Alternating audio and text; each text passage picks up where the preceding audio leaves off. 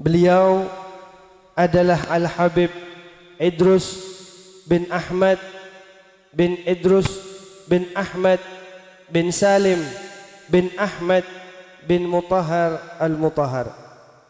Nasab beliau terus bersambung sampai kepada baginda besar Nabi Muhammad sallallahu alaihi wasallam. Habib Idrus dilahirkan di kota Semarang sekitar tahun 1364 Hijriah atau pada tahun 1945 dari pasangan Al-Habib Ahmad bin Idrus Al-Mutahhar dan Syarifah Alwiyah binti Salim Al-Mutahhar. Ayah beliau termasuk ulama di Semarang. Dari ayahnya lah mula-mula beliau menimba ilmu. Beliau juga sering melazimi hadir di berbagai majelis para ulama. Di antaranya Al-Habib Zain bin Ali Al-Jufri di kota Semarang, Al-Habib Umar bin Hud Al-Atas di kota Jakarta, Al-Habib Ali bin Syekh Al-Atas di kota Pekalongan, Kiai Jogo Rekso di kota Magelang, Kiai Hasan Mangli, dan di berbagai ulama yang lainnya. Atas anugerah Allah Subhanahu wa taala, semenjak kecil hijab beliau telah dibuka oleh Allah Subhanahu wa taala. Seringkali saat beliau berziarah, sahibul maqam bangkit dan menemui beliau serta berbincang-bincang dengan beliau. Tidak ada perasaan takut sama sekali saat beliau ditemui oleh sahibul maqam. Dalam masa mudanya beliau juga ikut dalam memperjuangkan menumpas PKI. Beliau tergabung dalam organisasi KABI dan KAMI. Selain itu, masa mudanya beliau habiskan untuk berziarah kepada para ulama, baik yang ada di kota Semarang ataupun di kota-kota lainnya, baik yang masih hidup di antara mereka ataupun yang sudah meninggal. Di samping itu, beliau juga bekerja untuk memenuhi kebutuhan keluarga yang saat itu menjadi tanggung jawab beliau. Hari-hari beliau isi dengan bermujahadah untuk memerangi hawa nafsu, berzikir dan bermunajah kepada Allah Subhanahu wa taala. Seringkali beliau menangis dalam setiap mujahadahnya. Beliau pasrahkan segala urusan kehidupannya kepada Allah Subhanahu wa taala. Sekitar pada tahun 1970-an beliau menemui seorang ulama yang kasyaf sekaligus wali min auliyaillah, yaitu Al-Habib Ahmad bin Ali Bafagih di Kemusuk, kota Yogyakarta. Semenjak itu seringkali beliau datang dan bertabaruk kepada Habib Ahmad bin Ali Bafagih. Terjadilah hubungan yang sangat erat antara guru dan muridnya. Apapun yang diperintahkan oleh Habib Ahmad, sebisa mungkin beliau laksanakan, hingga sampai kemudian Habib Ahmad memberikan hadiah berupa sorban, sabuk, dan kopiah hijau. Beliau sangat mencintai gurunya, begitu pula sebaliknya. Bahkan saat diadakan haul Habib Ahmad Bafagih, beliau tidak kuat hadir karena merasa tidak kuat mengenang segala kebaikan, keberkahan, dan perhatian yang begitu besar Habib Ahmad Bafagih kepada diri beliau. Suatu ketika saat beliau bertandang ke rumah Habib Ahmad, saat itu beliau hendak berpamitan pulang, tapi dicegah oleh Habib Ahmad. Beliau bertanya kepada Habib Ahmad atas dicegahnya untuk pulang. Kemudian Habib Ahmad menjawab dengan mengatakan, engkau akan kuperkenakan dengan seseorang yang terkenal di langit tapi tidak terkenal di bumi. Habib Idrus kemudian bertanya, siapakah orang tersebut? Kemudian Habib Ahmad menjawab, sebentar lagi engkau akan tahu, karena saat ini orang itu sedang menuju kemari. Tidak berapa lama kemudian datanglah seseorang dan kemudian Habib Ahmad memperkenalkan orang tersebut kepada Habib Idrus. Beliau mengatakan, wahai Idrus, inilah orang yang terkenal di langit tapi tidak terkenal di bumi. Beliau adalah Al-Habib Ali bin Muhammad bin Syahab. Habib Idrus kemudian mencium tangan Habib Ali. Lalu Habib Ali memeluk Habib Idrus sambil mengatakan, apa yang ada di dalam dadamu seperti apa yang ada di dalam dadaku. Habib Ali kemudian menyuruh Habib Idrus agar segera bersilaturahmi di kediamannya di Mayong, Jepara. Maka demi mematuhi perintah Habib Ali bin Syahab tersebut, segeralah Habib Idrus bersilaturahmi kepada Habib Ali bin Muhammad bin Syahab. Mulailah Habib Idrus menimba ilmu dari Habib Ali. Habib Idrus termasuk murid yang diistimewakan oleh Habib Ali. Jika Habib Ali sedang mengajar, maka Habib Idrus diperintahkan untuk tidur di kamar khusus gurunya tersebut. Habib Ali pernah berkata kepada Habib Idrus, kelak engkau akan banyak dikenal dan muridmu akan bertambah banyak. Beliau Habib Idrus belajar ilmu tauhid, ilmu tasawuf, ilmu fikih serta ilmu-ilmu yang lain kepada Habib Ali bin Syahab. Dengan keberkahan gurunya tersebut, beliau memahami apa yang diajarkan oleh gurunya Habib Ali bin Syahab. Hingga suatu ketika setelah dirasa cukup mumpuni, maka beliau diperintahkan agar segera membuka pengajian sendiri. Awalnya beliau menolak karena merasa tidak mampu.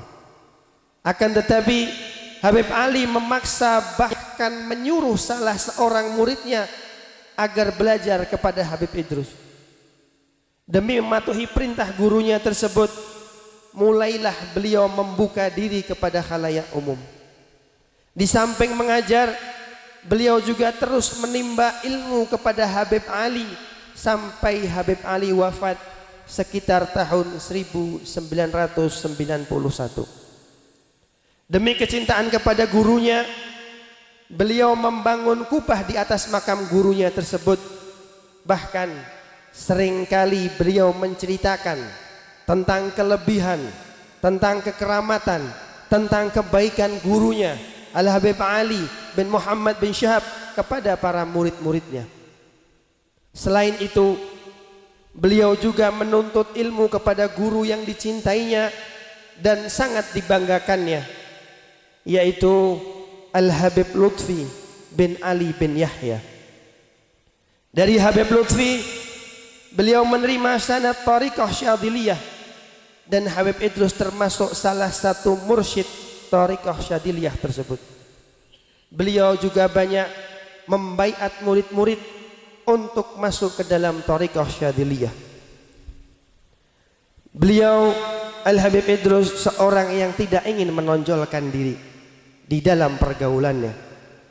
Beliau sering menghindari keramaian sebab tak ingin jadi pusat perhatian.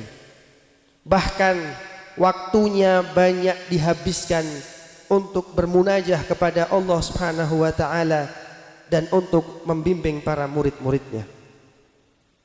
Beliau juga sering berkata di dalam majelisnya, bagiku tidak masalah aku tidak dikenal banyak orang, yang aku inginkan hanya dikenal oleh Allah Subhanahu wa taala serta dikenal oleh Nabi Muhammad sallallahu alaihi wasallam. Kecintaan beliau kepada Allah Subhanahu wa taala dan Rasulullah sallallahu alaihi wasallam sangatlah luar biasa. Hingga suatu sore tiba, Tiba-tiba beliau menangis dan tubuhnya bergetar hebat. Lalu beliau memanggil salah seorang murid dan beliau kemudian berkata, baru saja Rasulullah Shallallahu Alaihi Wasallam datang ke tempatku ini. Kemudian Rasulullah Shallallahu Alaihi Wasallam mengatakan kepadaku, mulai hari ini ridhamu adalah ridhaku, kesenanganmu adalah kesenanganku, dan marahmu adalah marahku. Dan ini adalah puncak kecintaan beliau kepada Allah Subhanahu wa taala dan kepada baginda Nabi Muhammad sallallahu alaihi wasallam dalam mengikuti segala perintah dan menjauhi larangan Allah Subhanahu wa taala serta berusaha mengikuti sunnah-sunnah Nabi Muhammad sallallahu alaihi wasallam. Habib Idrus terus menangis hingga berkata kepada salah seorang muridnya tersebut, jagalah rahasiaku ini dan jangan engkau buka selagi aku masih berada di dunia ini. Di dalam berdakwah beliau banyak mengalami rintangan, baik berupa kesulitan ekonomi, fitnah, hasutan, dan berbagai macam gangguan-gangguan yang lainnya. Beliau tetap tidak bergeming. Beliau tetap hakul yakin bahwasanya Allah Subhanahu wa taala akan memberikan yang terbaik kepada beliau. Beliau juga pernah berkata kepada salah satu muridnya, selama hidupku apapun yang Allah Subhanahu wa taala berikan kepadaku, baik berupa ujian, berupa cobaan dan gangguan-gangguan, aku tidak pernah mengeluh dan aku berusaha untuk ridho atas semua itu. Sebab aku tidak ingin bertemu dengan Allah Subhanahu wa taala dan bertemu dengan Nabi Muhammad sallallahu alaihi wasallam dalam keadaan cacat, dan agar doaku tidak tertolak di akhirat kelak. Mula-mula beliau mengajar murid-muridnya diberikan di berbagai tempat di Semarang, hingga akhirnya semua kegiatan dipusatkan di kediamannya di Jalan Petek, Kampung Geni. Semakin hari murid-murid beliau semakin bertambah banyak, hingga rumah beliau tidak mampu lagi untuk menampung jumlah murid-murid yang ingin belajar kepada beliau. Maka sekitar tahun 1997 beliau memutuskan untuk pindah ke daerah Puncang Gading dan memindahkan semua kegiatan ke rumah yang baru tersebut. Saat akan pindah, beliau juga pernah mengatakan kepada salah satu muridnya, kelak hanya 4 tahun lebih sedikit aku berada di Puncang Gading ini, dan setelah itu aku akan bertemu dengan Nabi Muhammad SAW, dipanggil oleh Allah Subhanahu wa taala. Subhanallah, terbukti ucapan Habib Idrus Al-Mutahhar bahwa pada akhirnya tanggal 25 Agustus 2001 atau yang bertepatan dengan tanggal 6 Jumadil Tsani 1422 Hijriah, beliau meninggal dunia dalam usia 56 tahun dan dimakamkan di kota berkota ini, Semarang. Mudah-mudahan Allah Subhanahu wa taala mengangkat derajat beliau setinggi-tingginya dan menempatkan beliau di sebaik-baiknya tempat di sisi Allah Subhanahu wa taala, serta menerangi kubur beliau, dan mudah-mudahan keberkahan beliau senantiasa menyertai keluarga, murid dan para pecintanya beliau, dan kesemuanya mudah-mudahan akan dikumpulkan oleh Allah Subhanahu wa taala bersama beliau di dalam surganya Allah Subhanahu wa taala. Amin amin ya rabbal alamin. راجين منه المواهب والرضا والقبول. اللهم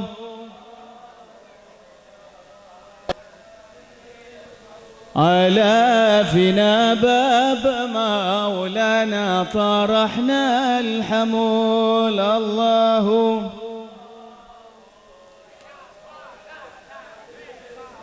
راجين منه المواهب والرضا والقبول. الله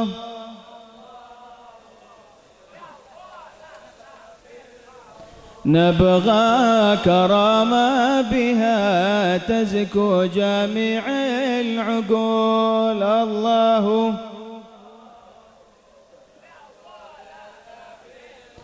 يا ربنا انظر إلينا واستمع ما نقول. الله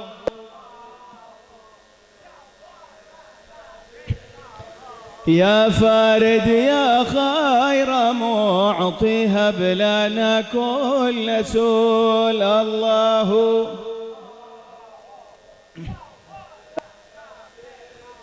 واختم لنا منك بالحسنى نهر القفول. الله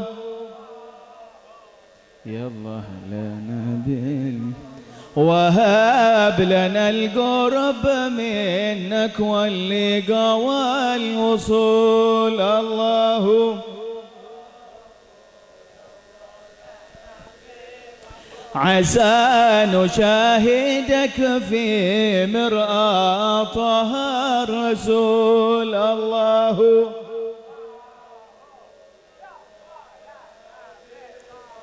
نبغى كرامة بها تزكو جميع العقول. الله